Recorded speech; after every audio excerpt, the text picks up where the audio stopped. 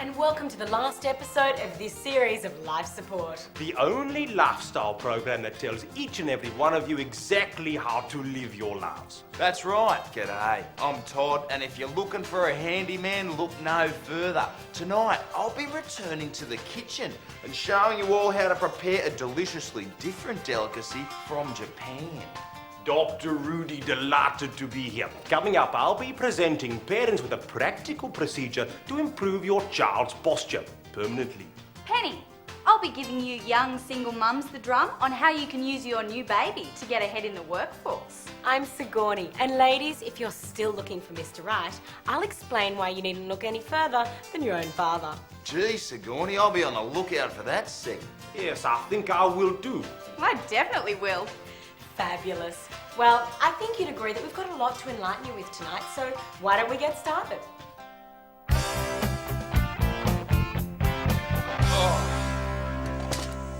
G'day. After a hard day's work, there's nothing sweeter than a relaxing massage to soothe the tensions and worries that are part of daily working life. But it's not always possible to get a massage at home, and massage parlours are seedy. It's hard to find one that actually gives you a massage. So tonight, I'm going to show you how to build your very own home massage device. Simply buy a couple of old washing machines. I picked these up through the trading post for only 25 bucks each. Now, there's no need to hook these babies up to a water supply, but you will have to hook all of them up to the same power board. Then simply set all the machines to spin and put the mattress on top of the machines. Oh, this is great. Now, you can vary the intensity of the vibrations by placing heavier clothes in the machines. For a more intensive ride, simply unbalance the loads. And now, when your special lady friend comes over, start the cycle from the very beginning and let it build up to the spin. And I can promise it'll feel like the earth really did move. Oh.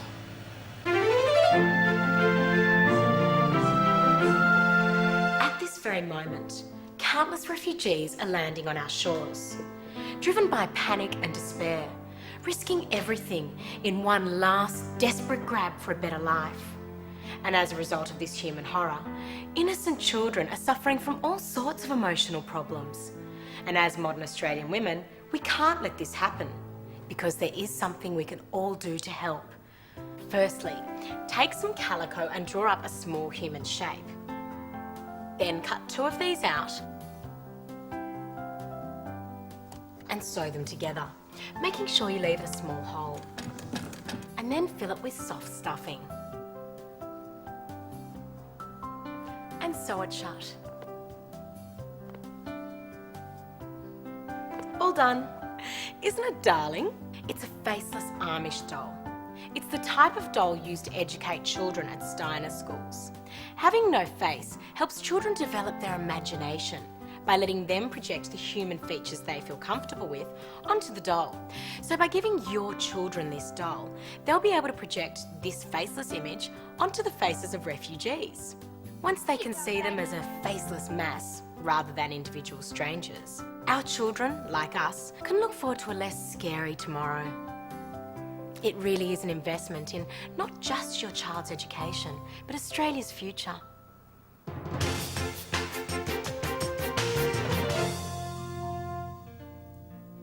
Amber, for God's sake, stop slouching and sit up straight.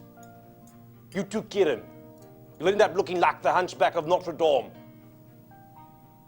Bad posture is not only detrimental to growing bones and cartilage, it creates an impression of a slovenly personality that can adversely affect a young person's chances in the job market or the social scene in general. Amber, Kieran, you're doing it again. I said sit up straight.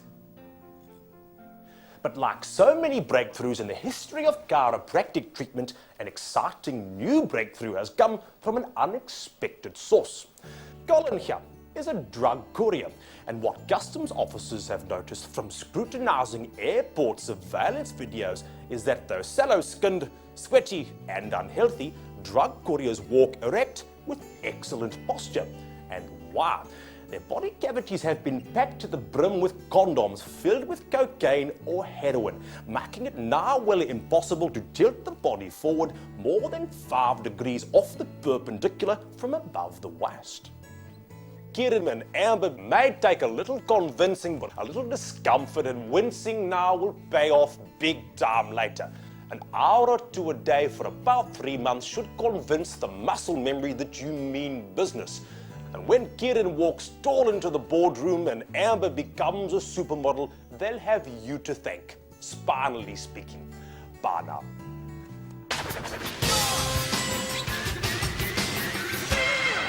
If you're a mum who wants to get back into the workforce without the guilt of leaving your infant in an impersonal creche environment, the answer, as always, is on the street.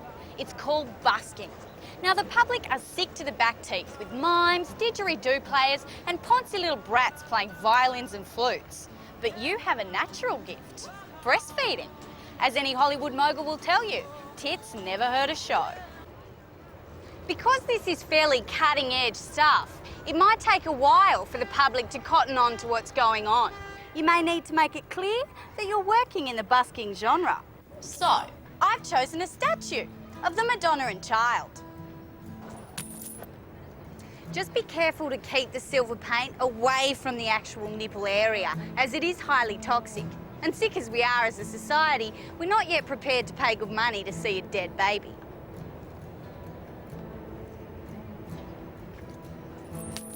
And the good bit is, the child will be exposed to the ethics of the marketplace a good 14 years before he'll be working at Macca's. How character forming can that be? See ya. No, I don't think it's acceptable. I don't think it's very hygienic too, and it's not very nice with someone sitting at another table who's not a family, who doesn't have a family, doesn't have commitments to actually be looking at something like that. If a baby's crying, then it needs to be fed, and it's only being breastfed that it needs to be fed, so I'm all for it. I think it's disgraceful, actually. I think that there is a very close bond between a mother and a child, and that should be kept between the two of them. You know, if you know you're going out for a day and that you're going to have to feed your child, make a bottle. It's like me flopping up, against the wall and go, oh, I gotta go to the toilet. I mean, come on, man. We're humans. We're not animals, I don't know. A breast is a breast. A penis is a penis. Same thing goes,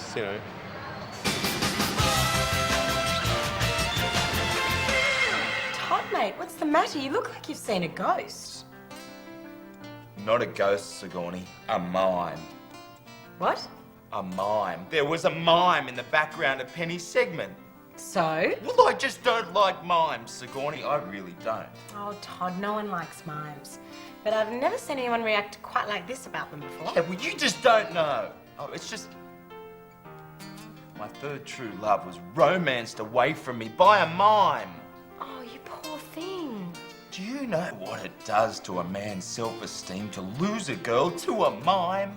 It just cuts you up so bad. I can only imagine. Let's move on to something more uplifting.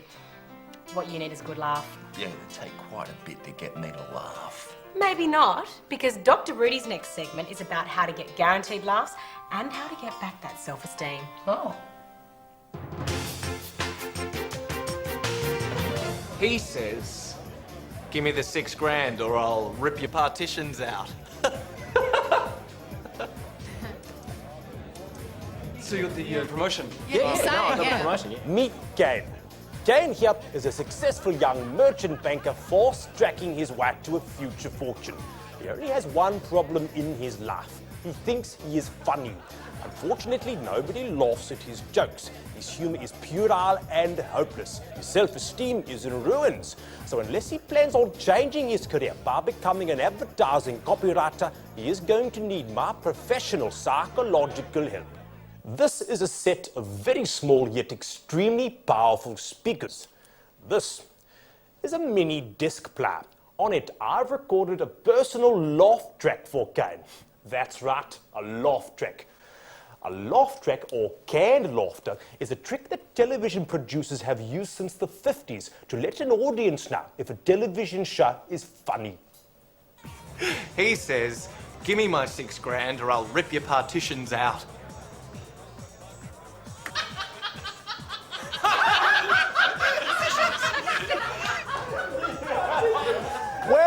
Look at that. Cane can be funny after all. 50 psychology together with 21st century technology. Another winning combination from Dr. Rudy.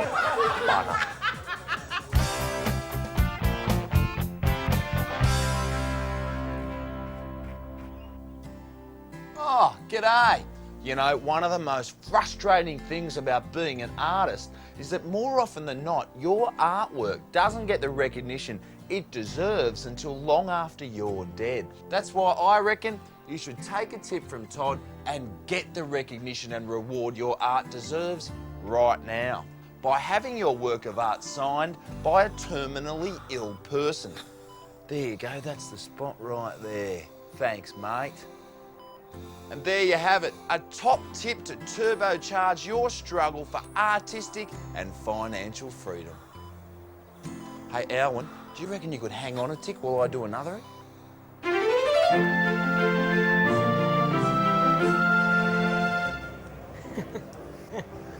Excuse me for a minute, I'll be right back. I'll be right here waiting for you.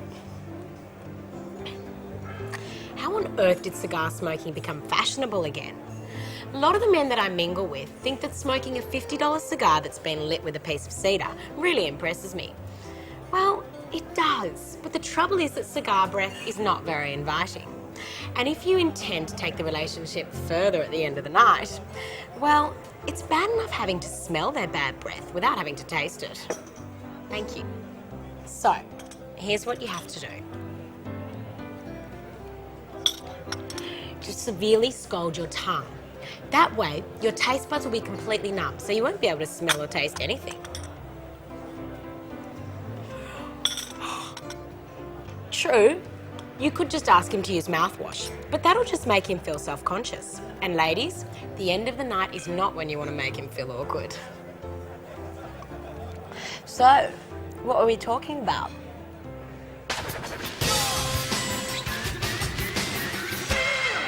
You know, babysitting is a totally dope way to make some dollars. And anyone can do it. But like some of my friends reckon they couldn't handle it. What do you do with a 5-year-old? How do you keep them occupied? Well, it's all in the preparation. You see, kids just dig doing craft. So, here's a tip to help you get through those long hours of babysitting. Firstly, you'll need heaps of these. And secondly, you'll need a ton of this. Kids are so into the stupid, repetitive nature of craft. And egg cartons are perfect because they're big and easy to use. Good on you, Hi.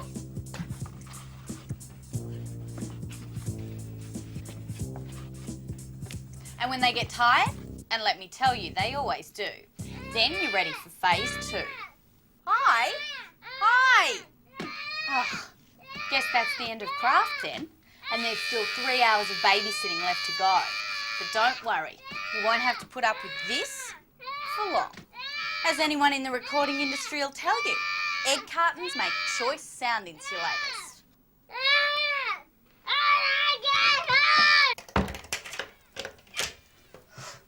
Little Hi can scream to his heart's content and the neighbours and I won't hear a thing. Oh, now the time will just fly. Oh, and it's a good idea to have an egg carton dinosaur ready to show his parents when they come to pick him up, just so they can see how well you've kept their little treasure occupied. Plus, they'll get why he's so scared of egg cartons. See ya, Hi! Sure, now my bedroom walls are covered with egg cartons, but think of it this way. The next time I have a guy in there, I'll be able to give him the feedback he needs to continue to please without worrying about generating a soundscape for the neighbours. See ya.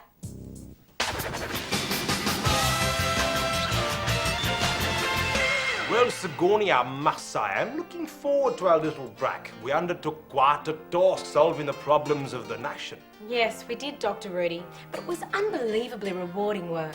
So, what do you have planned for our time off? Oh, nothing too exciting. I'll probably take the boat up north. Oh, a lovely time to be going. And I'm seriously thinking of trying Everest again. So what about you, my dear? Any plans? Well, I have a couple of personal projects I'd like to spend some time on. Really? Well, we shan't keep you from them for too much longer, because here's Todd back in the kitchen and ready to show you all how to prepare a tantalising treat. Today, I'm going to show you how to make something a little bit special.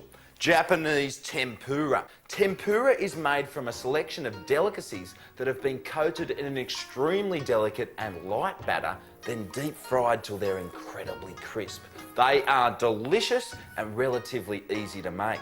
Now, tempura batter, unlike stodgy fish and chip batter, is made by mixing a bag of this with some ice cold water. Now, you can find this at any Asian specialty food store, but if you don't have one of them handy, you can whip up something almost as good with some flour, iced water and egg whites. Traditionally, tempura is made with thinly sliced vegetables or seafoods, but you can use anything you like. And since meat is so highly prized in Japan and so affordable here, I've chosen to tempura these. Just lightly coat them in the batter, letting the excess drain off, then deep fry them for 1 to 2 minutes. Notice the way the batter thins out, becoming almost transparent so you can see the treat inside. Oh, it just looks so appetising. Then drain it for a minute to remove the excess oil. It's healthier that way. Now, to eat these, you're going to need some Japanese chopsticks. I don't know about you, but I find using two a little bit of a struggle. So I'm going to do it the Australian way and just use the one. And there you have it, a Japanese tempura treat that's easy to make and even easier to eat.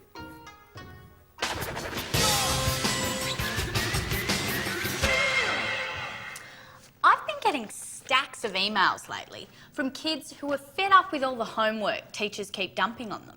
I mean, what's the point of getting an education when it cuts into your TV watching time? But of course, comparatively, you're lucky. I mean, there are starving kids in the third world who would love to be in your position, but instead they have to work in sweatshops or scavenge through rubbish dumps for food. So it seems to me the solution is obvious.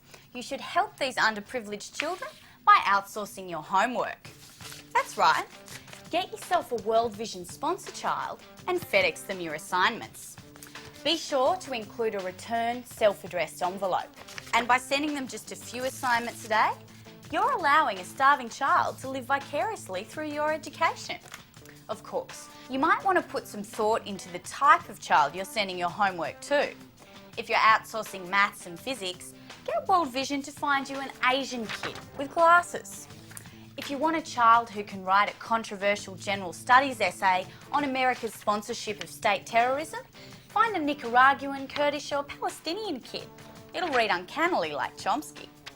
At the end of the day, if you have a crisis of conscience about exploiting the child, we'll just get them to invoice you. Because at 12 cents an hour, it's cheap at twice the price. See ya.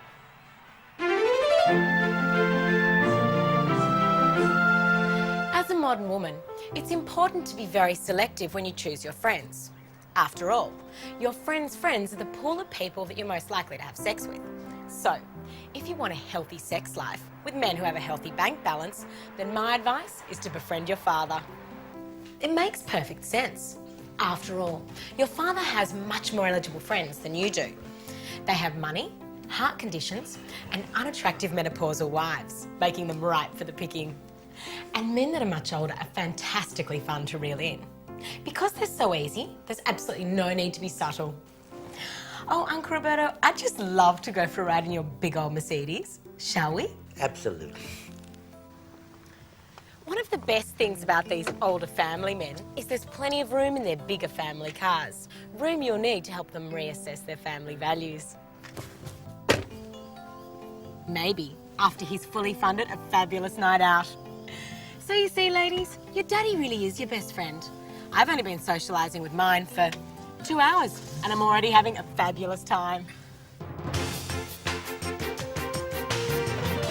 How's it? Dr. Rudy here. Men, are you married? Has your wife started to worry about your health and especially your diet? If she has, then you're in quite a predicament. because her concerns and constant nagging about what you eat will mean no more fats, no more dairy, less red meat, and far less alcohol for you. But don't worry, there is a way for you to indulge in all the things you like, whenever you like. All you have to do is learn how to cook. That's right, men. If you get in the kitchen and learn how to cook, you will be able to eat and drink anything you like. You see, your wife will be so grateful that you are relieving her burden by doing the cooking that she won't care what you are cooking. Terry here has been using this technique for quite a while now and has never been happier. And why wouldn't he be? For dinner tonight, he's made cassoulet, a classic French casserole of duck, bacon, sausage and beans cooked in goose fat. Delicious. And when he serves this to his wife, instead of chastising him for the cholesterol content of the meal, she'll simply think that making such a fine feast just for her deserves a decent bottle of wine. Maybe two. Furthermore, a good meal coupled with some excessive alcohol consumption may be just the thing to rekindle your passions, which in turn will provide you with all the exercise you'll need. Bon appetit now.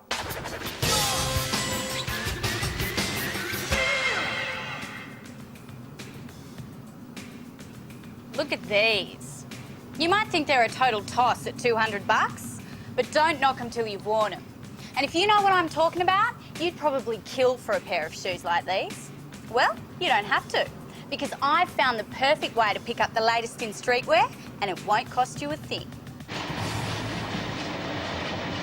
All you have to do is head down to an inner city train line.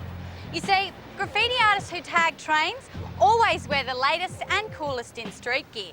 But train tagging is a dangerous art, especially when the artist leans out too far from a moving train. Like this one here. Ooh, Adidas. And they look like my size. No one's gonna miss them. I mean, they've got to be removed to tie a tag to his toe anyway. And if you don't do it, some morgue attendant probably will. Admittedly, the best time to do this sort of shopping is at dusk. The light's low, visibility's poor, and it's not late enough for anyone to realise that this former fashion junkie is missing. But any time will do.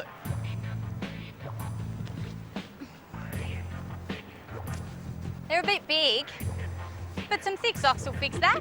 So there you go. You don't have to kill for the latest in streetwear. You just have to know where to shop. See ya.